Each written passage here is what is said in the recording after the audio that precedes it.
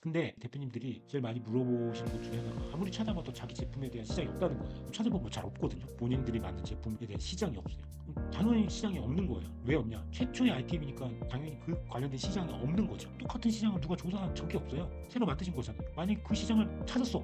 그러면 대표님들이 만드는 제품이 최초가 아닐 수 있다는 거잖아요. 그럼 아이템을 재검토해봐야 되는 거예요. 대표님들이 만드는 제품에 대한 시장이 나오는 게 이상하다. 새로운 제품에 대한 시장은 찾는 게 아니라 추정하는 겁니다. 본인이 추정하시는 거예요. 그거 누가 하겠습니까? 안녕하세요. 정달 멘토입니다. 합격 비법을 다 알려주는 R&D 사업계획서 작성법 그 마지막 시간 매출 목표 추정 방법에 대해서 말씀드리겠습니다. 사업계획서 양식 끝에 보면 이제 구체적인 사업화 목표 안에 이제 매출 목표를 적는 겁니다. 이거 한 페이지로 되어 있는데 두세 페이지 써야 됩니다. 사업화 전략 두 페이지 안에 안 끝나요.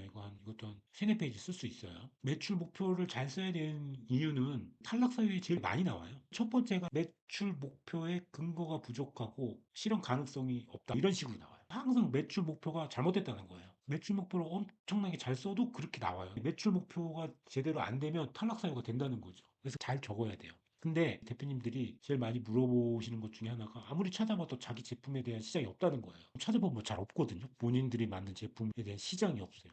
당연히 시장이 없는 거예요. 왜 없냐? 최초의 아이템이니까 당연히 그 관련된 시장이 없는 거죠. 똑같은 시장을 누가 조사한 적이 없어요. 새로 만드신 거잖아요. 만약 그 시장을 찾았어.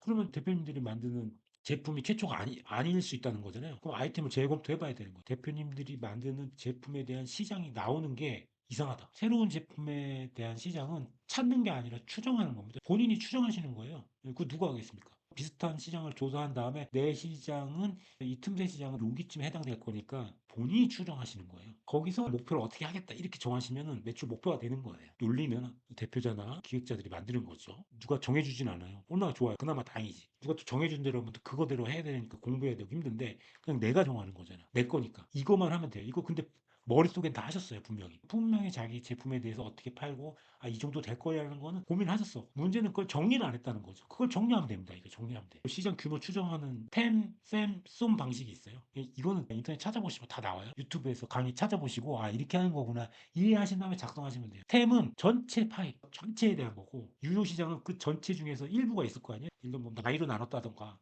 성별로 나눴다든가 뭐 그럴 수가 있잖아요. 내가 들어갈 수 있는 시장, 쏘면 이제 수익 시장이라고 목표 시장이에요. 이게 더 세분화한 요 시장만 나는 하겠다. 이렇게 하는 거예요. 이거는 내 목표예요. 목표니까 더 쉬워요. 이 중에 5% 정도로 하는데 5% 정한 논리만 얘기하면 돼. 이런 시장을 찾을 수 있어요. 이런 거 찾을 수 있다 이거죠. 이 중에서 내가 세분된 시장 요거 만드는 게 어려워. 요게 유효 시장의 논리를 세우는 게 아주 굵은 거예요. 샘플을 한번 보면 저는 표를 이렇게 만들려고 그래요. 여기 전체 시장, 그 다음에 유효 시장. 근데 이게 이제 어렵죠. 이건 내 마음대로 정하는 거예요. 이 시장 중에서 난 요걸 타겟으로 하는데 그 논리를 적는 거예요.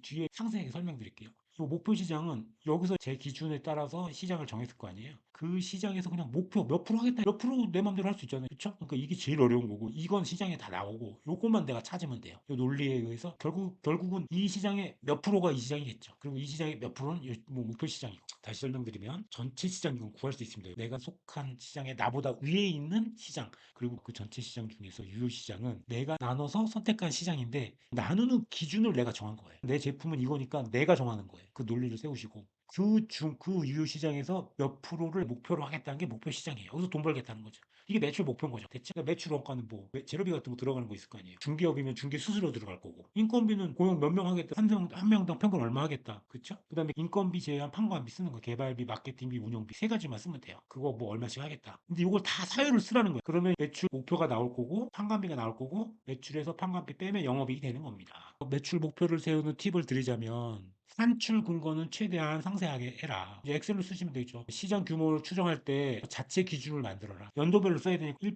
4% 이렇게 증가할 거 아니까 개수를 찾아내야 되고 영업 손실이 나요. 처음부터 만들자마자 그 다음 연도에 수익이 안 날 거 아닙니까? 근데 영업 손실이 막 3년 차, 4년 차까지 나면은 사업성이 낮아 보이니까 그 목표를 잡을 때 영업 손실은 개발 완료 후 1년까지만 이후에는 흑자 나오게끔 본인이 그걸 만드셨으면 좋겠네요. 그게 좋아 보여요. 그리고 모든 추정은 당연히 나한테 유리하게 추정합니다. 그리고 어차피 지금 보여주는 건데 낙관적으로 생각한 걸 보여줘야지 비관적으로 생각한 거를 보여줄 필요는 없다는 거죠. 그래야지 그 자기한테 유리하니까. 이게 샘플이에요. 등기부 등본이라고 실거주 인증 후기 서비스 그 매출 목표를 세운 거예요. 그 전체 시장을 등기부 등본 같은 걸 생각한 거예요. 전세 계약이나 매매할 때 등기부 등본을 떼니까 전체 시장으로 생각한 거예요. 그거 뗄 때 우리 것도 뗀다고 생각하고 계약 건수 이거 조사하면 나와요. 부동산 어디니 뭐 국토부 이런 데서 하면 나와요. 그럼 매년 나오는데 작년 거까지 있겠죠. 작년 건 나온 다음에 그 재작년 2024년, 2023년, 2020 이렇게 있어요. 그럼 평균을 내보는 거예요. 이 증가율을 써야 되잖아요. 이게 몇 건씩 증가하는지를 써야 되는데 그 증가율이 나온다고요. 그걸 조사하면. 그럼 보면은 2년 차 했을 땐 증가하고 3년 차 하면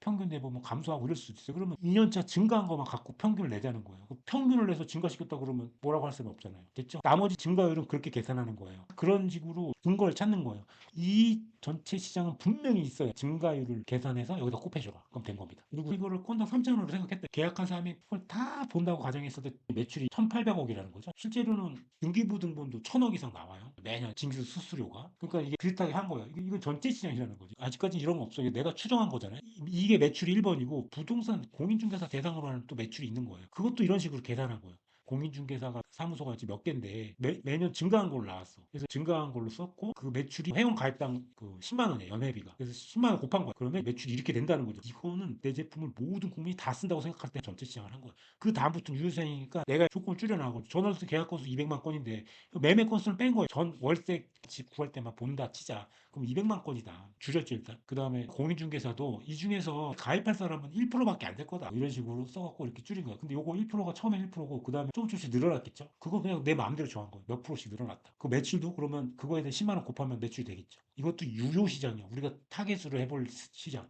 세 번째 우리 목표예요. 이 중에서 점유율 그냥 목표를 정한 거야. 점유율 이렇게 하겠다. 이거는 목표로 그렇게 정했다는 거지. 어떤 근거는 없어. 조회 건수를 3천 건 할 것 같아. 뭐 6만 건 할 것 같아. 이런 식으로 정한 거예요. 그래서 매출이 얼마다? 나온 거예요. 1,800만 원, 3억, 10억 이런 식으로 늘어날 거다. 이게 매출인 거죠. 그 다음에 공인중개사 회원비, 회비 60만 원, 390만 원, 5,400만 원 이런 식으로 늘어날 거다. 이렇게 나온다고 가정한 게 제 목표 실현이 된 거예요. 그 다음에 매출 70%가 원가다. 30%는 그거한테 쉐어하니까 30, 나머지 뭐 대행 수수료 얼마다 할 건 거예요. 원가가 얼마 되고 인건비는 400만 원 줄 거니까 두 명이면 얼마? 또 나오지 않습니까? 이것도 마음대로 정한 거죠. 하드웨어 운영비 그냥 측정한 거예요. 관리비, 광고 선전비 얼마씩 쓰겠다 이렇게 한 거죠. 그래서 인건비 제외한 판관비가 이만큼 든다. 계산해보면 첫 년도에 이만큼 손해나고 둘째 년도에 셋째 년도에 마이너스 1억 난다. 그 다음 년부터 2027년부터 돈을 벌 수 있다. 이렇게 쓴 거죠. 이해되셨습니까? 이렇게 작성을 하셔야 돼요. 이 뒤에 근거가 다 적어놓은 거예요. 공인중개사는 이렇다. 협회에서 나온 거다. 국토부 실거래 공개 시스템에 여기 나온다. 다 추정된 게 되잖아요. 유휴시장도 마찬가지. 근데 그 근거를 여기서 쓴 거죠. 근데 목표 시장은 점유 목표 어떻게 하겠다 이렇게. 이 산출 근거를 통해서